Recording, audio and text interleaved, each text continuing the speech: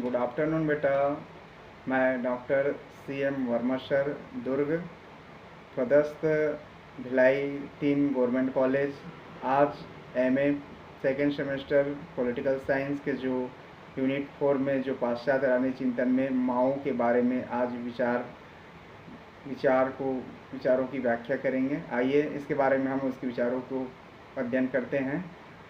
पहली बात तो यह है कि माओ कहाँ के थे। तो माओ जो शक्ति के पुजारी थे, जैसे कि मैकियावेली और हॉब्स, और ये माओ की बात आती है। यहाँ पर कहते हैं कि माओ का मानना है कि शक्ति जिसके पास है वही वहाँ पर शासन कर सकते हैं।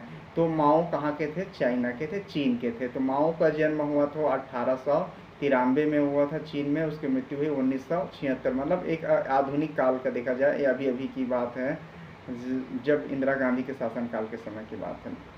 तो माओ ने जो है ये भी, जैसे कि अभी लेनिन ने जैसे कि 1917 में वहाँ बोल्शेविक क्रांति का साम्यवादी की स्थापना की गई, ठीक उसी प्रकार यहाँ पर भी माओ ने मार्क्सवादी विचारधारा को चीनी संस्करण में प्रस्तुत किया गया था।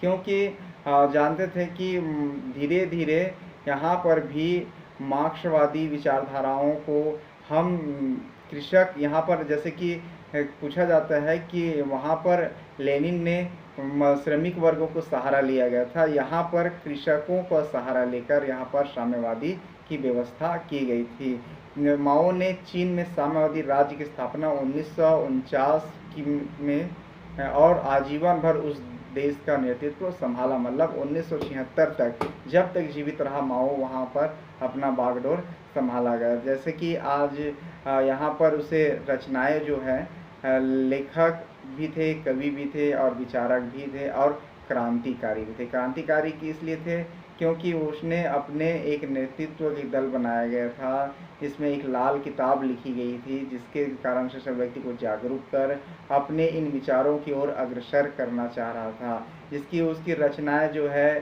न्यू डेमोक्रेसी, दूसरा है on coalition in government, on contradiction people's democratic dictatorship. Mao की राजनीति विचारों के बारे में हम चर्चा करते हैं। तो माओ की जो राजनीति विचार जो है असंगति का सिद्धांत देते हैं। असंगति का सिद्धांत, जिसमें साम्राज्यवाद और जनता के बड़े हिस्सों के बीच असंगति, पूंजीपति वर्ग और सर्वहारों के बीच में असंगति, शहरी मध्यम और वर्ग सहित किसानों और पूंजीपति के बीच में असंगति का सिद्धांत। मतलब राजनीति जो अपने विचारों में पहला जो बात आते हैं यहाँ पर असंगति का सिद्धांत दिया गया था। असंगति का सिद्धांत मतलब इनका मानना यही है कि दोनों के बीच में जो समस्या आती है, क्या समस्या आ रही है कि आप लोग देख रहे होंगे कि जनता और गवर्नमेंट के बीच में कैसी एक असंगति रहती है। देखते हो कि पब्लिक को पैसा में ही वो शासक बनने के बाद कैसे मनमानी करते हैं। ऐसे बहुत सारी समस्या आती है। आप लोग देखे होंगे पूंजीपति और श्रमिकों के बीच में असंगति होती है। तो इन्हीं असंगति को मिटाने के लिए वहाँ पर साम्यवादी व्यवस्था स्थापित किया गया। और क्या होता है कि ताकि जनता को उनकी हिस्से की जो चीज़ें हैं वह मिल सके।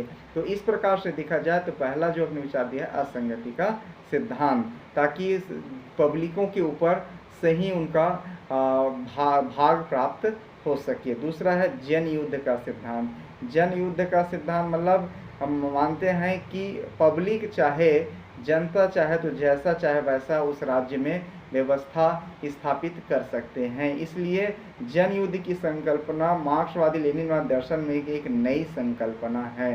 क्योंकि उसने लेनिन के बारे में तो अध्ययन किया था कि कैसे वहाँ पर राज्यों में अपने साम्यवादी व्यवस्था की स्थापना एक जनता के माध्यम से वहाँ पर स्थापित संभव हुआ था। इसलिए माओ ने संघर्ष में सेना और हथियारों से भी अधिक महत्व जनता को दिया था।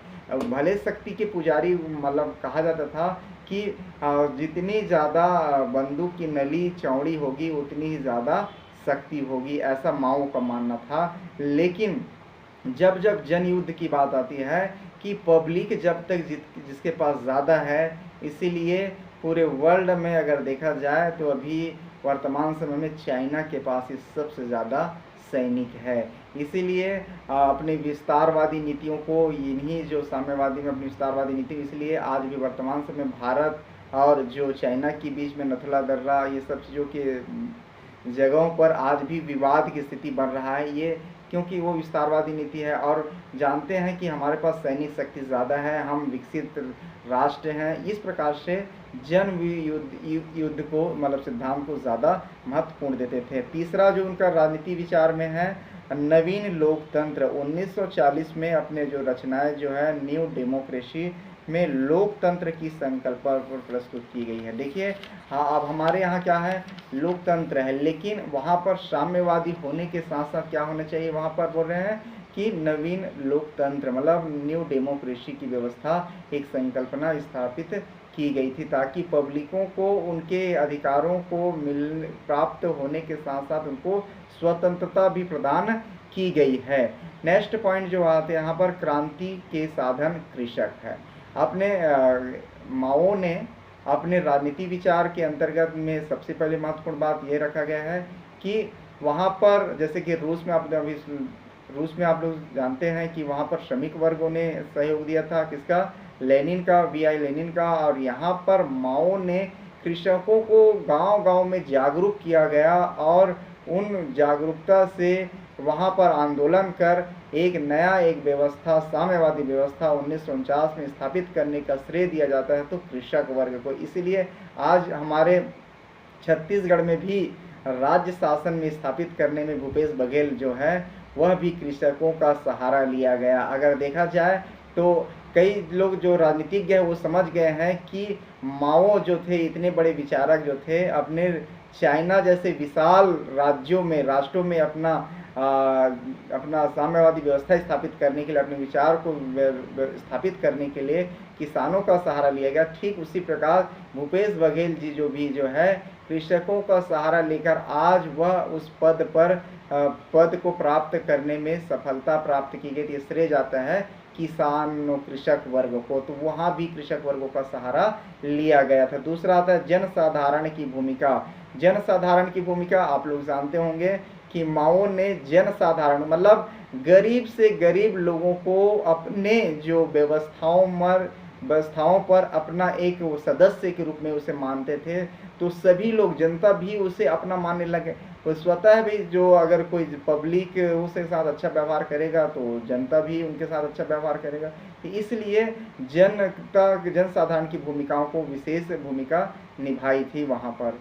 नेक्स्ट पॉइंट आता है युद्ध की अनिवार्यता का सिद्धांत। इसलिए यहाँ पर जो बात बताते हैं, आप लोग देख रहे होंगे कि चाइना के बाद 2017 में डोकलाम जैसे युद्ध, 1962 में भारत चाइना की युद्ध, क्योंकि पंचशील सिद्धांत वहाँ पर पंचशील सिद्धांत वहाँ पर जो होने के बाद भी एक दूसरे के राष्ट्रों पर हस्तक्षेप नहीं करेंगे, आंदोलन नहीं करेंगे, बहुत सारे 5 जो बातों पर जवाहरलाल नेहरू के और बीच में ऐसे ये हुआ था, संधि हुआ था, उन संधियों को भी उनने भूल कर 1962 में युद्ध कर दिया गया था। तो इस प्रकार से वहाँ की युद्ध की अनिवार्यता, वहाँ मतलब कहा जाता है कि युद्ध अगर किसी स्थिति में बनता है तो युद्ध करिए, और अपना विस्तार और अपने शक्तियों का प्रदर्शन करना वह अपने सिद्धांत में, अपनी व्यवस्था में मानते हैं, और अपने संविधान में ये सब चीज़ वर्णन किया है ताकि हमारा शासन हमेशा बना रहे और ताकि दुनिया जानता रहे। अभी आप लोग जानते होंगे कि ये जन युद्ध की जो युद्ध की अनिवार्यता जो है कोविड-19 के बाद आ रहा है, तो आज अमेरिका है, रूस है, फ्रांस है, रूस नहीं, अमेरिका है, फ्रांस है, ब्रिटेन है, भारत भी आज भी कह रहे हैं कि चाइना ही इस कोविड-19 को फैलाया गया है। इस प्रकार से वो युद्ध ही तो है ना, युद्ध जो जिनपिंग को बोल रहे हैं कि वह भी अभी आजीवन वहाँ का राष्ट्रपति के रूप में पद को संभालेंगे, कि वहाँ जो महासचिव जो है उस साम्यवादी दल का, तो इस प्रकार से देखा जाए, जिस प्रकार से माओ ने संभाला था आजीवन, वैसे ही यहाँ पर भी जिनपिंग को संभालने के लिए कई लोगों ने चर्चा कर रहे हैं, सुनने को मिला है। नेक्स्ट पॉइंट आता है शक्ति का दर्शन। मैं बताया था ना बार शक्ति के जो पुजारी केवल होते हैं, यहाँ पर माओ जो है शक्ति का पुजारी के रूप में माना जाता है, क्योंकि राजनीति शक्ति बंदूक की नोक से पैदा होती है, सीधी बात। क्योंकि उस समय बंदूक बहुत बड़े हथियार के रूप में माने जाते थे, तो बंदूक जिसके पास हो वहाँ राज्य की स्थापना परिवर्तन करने में, सफलताएं प्राप्त करने में महत्वपूर्ण भूमिका निभाती है। केवल हिंसा के द्वारा ही एक वर्ग दूसरे वर्ग के अधिकारों को समाप्त कर सकता है। मतलब माओ का मानना था कि शक्ति के सिद्धांत में कि एक वर्ग दूसरे के ऊपर अगर हिंसा के माध्यम से परिवर्तन कर देती है। इसलिए आप लोगों ने भी जानते होंगे कि भारत भी आज़ादी हिंसा के बल पर हुआ है। क्यों?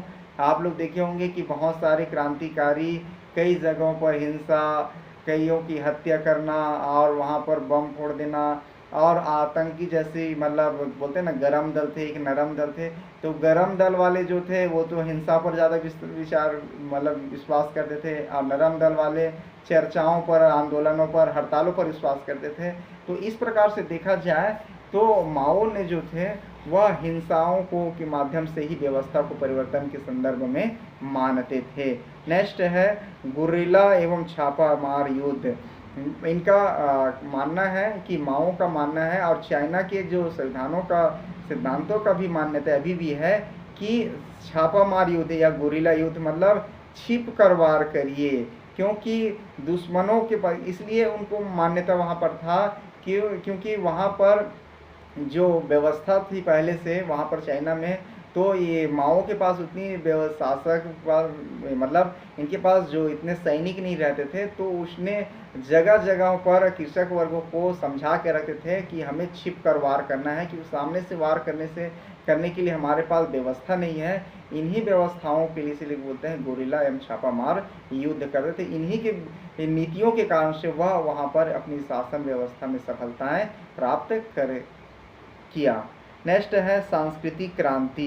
सांस्कृतिक भी क्रांति जो होना जरूरी है, क्योंकि कल्चरल में जब तक वहाँ पर क्रांति नहीं होगी तब तक वहाँ व्यवस्था में परिवर्तन नहीं होगी। तो उनके जो विचारों को जो संग्रह किया गया था, जिसको लाल किताब के नाम से जानते हैं, लाल किताब आज भी साम्यवादी जो पार्टी है वहाँ पर एक महत्वपूर्ण एक साहित्य के रूप में अध्ययन किया जाता है, क्योंकि उसमें लिखा गया है कि चाइना को साम्यवादी जो व्यवस्थाओं में कैसा उसे बनाया जा सके। इसलिए उसी समय से माओवादी का बोलबाला हुआ। आज जो आप लोग नक्सलाइट आतंकवाद जो बोल रहे हैं ना, इन्हीं के जो लाल किताबों को पढ़कर आज हम पश्चिम बंगाल से होते हुए आज हमारे छत्तीसगढ़ के जो बस्तर इलाकों में जो नक्सलाइट जो देखने को मिलता है, यही जो है माओवादी जो विचारधारा के व्यक्ति ही ऐसी कार्य कर रहे हैं।